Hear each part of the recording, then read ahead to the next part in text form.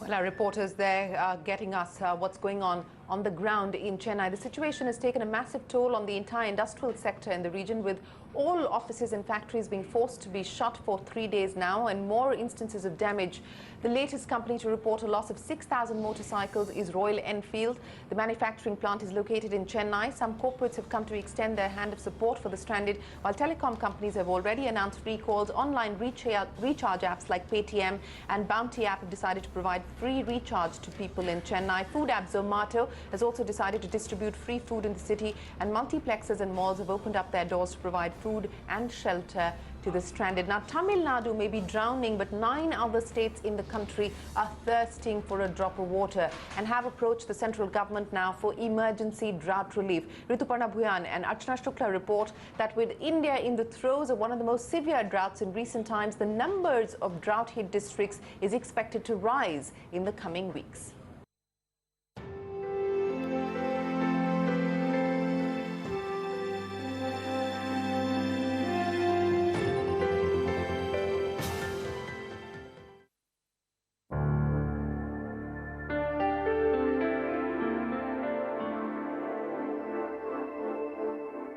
Land where essential crops like wheat, oilseeds, pulses and cotton are usually grown.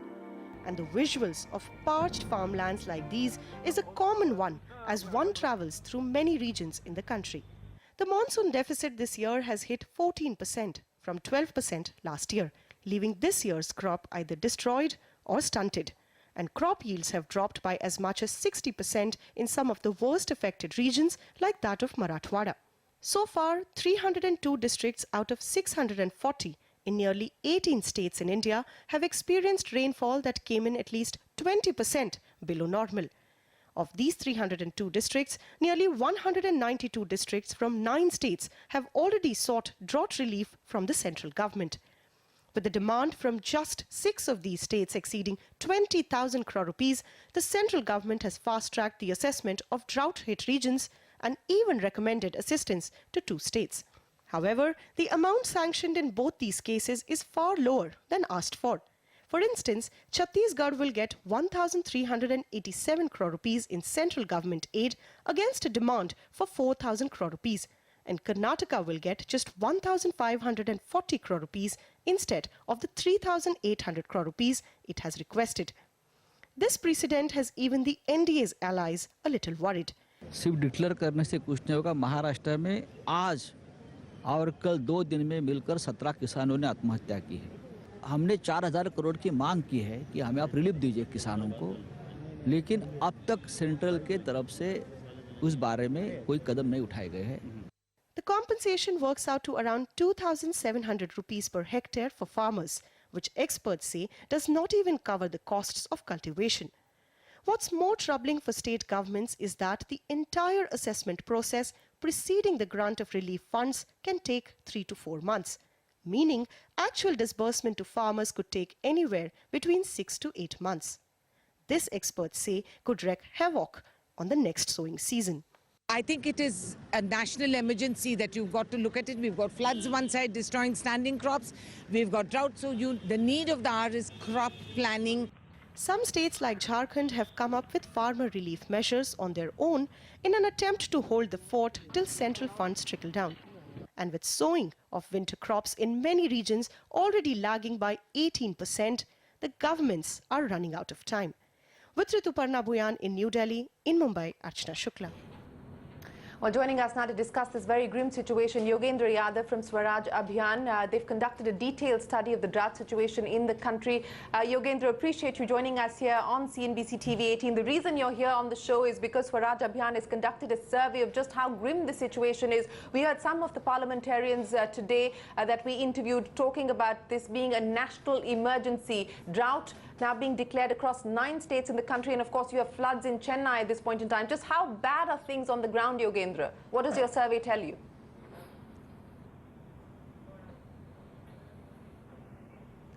Shireen, yes, we did a survey in Bundelkhand, and other than that, I personally traveled for 15 days, for 4,600 kilometers across all the most severely drought-affected areas from Karnataka to Haryana. Just before we started discussing this subject, I was listening to your report from Chennai. Heart-rending situation, spot-on reporting, quick reporting. And you know, I really wished someone did this kind of reporting on drought. I know drought is less fantastic. It is not as, doesn't give that kind of footage. It's not that dramatic. And it doesn't affect people who have ATM cards and such like. But honestly, as I traveled, this was such a heart-rending situation. The kind of things your reporters were describing just 5 minutes ago. No water, no food, and in their case you can add no employment, no seed. And the situation in Bundelkhand, where we carried out our survey, we picked up in Bundelkhand because contrary to popular impression, it seemed to us that the heart, the epicenter of this drought is not Marathwada. It is possible Bundelkhand. So we did a survey there. And the survey brings out elementary questions. I won't bore you with all the statistics. We asked people in the last 1 month, how often did you eat dal? 39% people say in rural Bundelkhand that they have not had dal even for 1 day. 60% people are saying not a drop of milk in the last 1 month. This is the kind of situation we are dealing with, and I really feel, Shireen, that as a country, we have been so indifferent. If you watched English media or Hindi media of this country for the last 3 months, you wouldn't get a sense that there was this drought. This drought could well be happening in sub-Saharan Africa for anyone who cared in these metropolitan centers of our country. No, you're absolutely right, Yogender, and I don't mean to be insensitive and say that, you know, we've been focusing on it here on CNBC TV 18, but we have over the past 1 year. Our series is called What's Ailing Rural India, and our colleague Archana Shukla has been traveling around the country, specifically in Marathwada and Vidarbha, bringing us those stories. But leave that aside. Let's talk about the situation on the ground and what needs to be done at this point in time. State governments are writing to the centre for central assistance. We understand that what the centre will be able to finally provide is much lower than what states are asking for. You know, in terms of the immediate intervention, what is the need of the hour?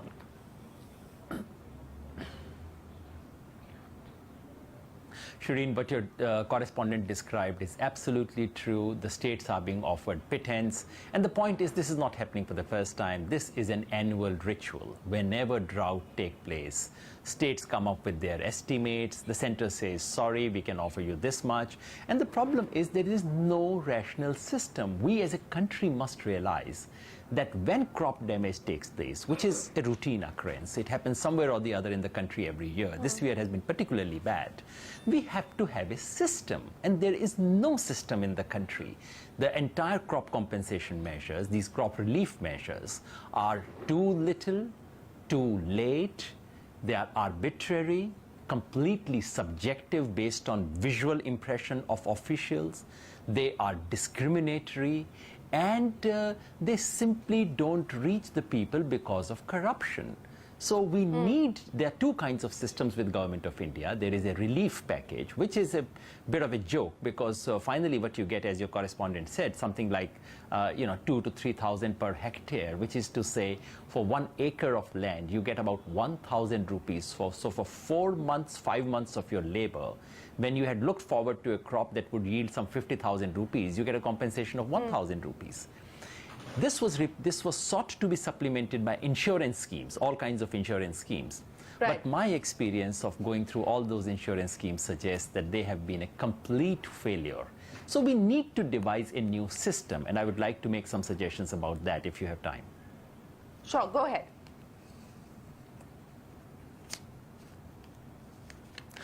You know, what we need is to combine these two things called relief and insurance. And what we need in this country is nothing short of a comprehensive compensation for farm crop loss. Comprehensive in the sense that it should cover all farmers of the country, it should cover all crops, and all forms of damages at different stages of the crop. How do you do that? Certain minimal should be covered by the state. 100% subvention by the state should do it.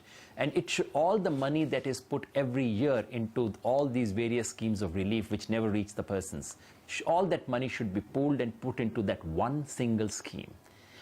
Over and above that should be insurance, which should be voluntary.